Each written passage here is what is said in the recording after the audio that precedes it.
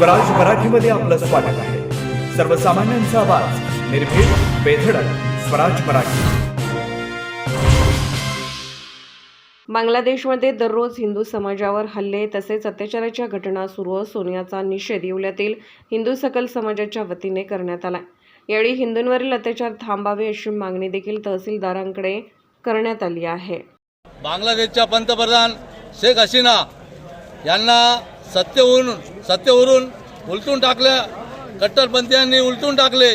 त्याच्यानंतर ज्या बांगलादेशमध्ये अनेक दिवसापासून जो रांकाळ माजलेला आहे, त्या रांकाळामध्ये आपला अल्पसंख्याक हिंदू समाज असलेला हिंदू समाज याच्यावर सुद्धा मोठ्या प्रमाणात अत्याचार होत आहे। त्या महिलांवर अत्याचार होत आहे, त्यांची संपत्ती लुटली जात आहे।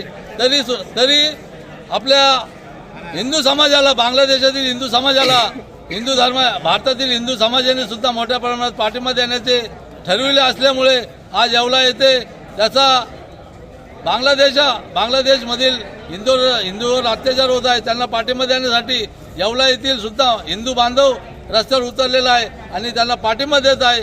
तरी भारताचे पंतप्रधान नरेंद्र मोदीजी यांनी सुद्धा आता इंटरनॅशनल स्तरावरून बांगलादेशवर दबाव आणावा आणि हिंदूंचे संरक्षण करावे म्हणून आम्ही येवला तहसीलदारांना निवेदन देत आहोत की लवकरात लवकर याची कारवाई व्हावी ही नम्र विनंती।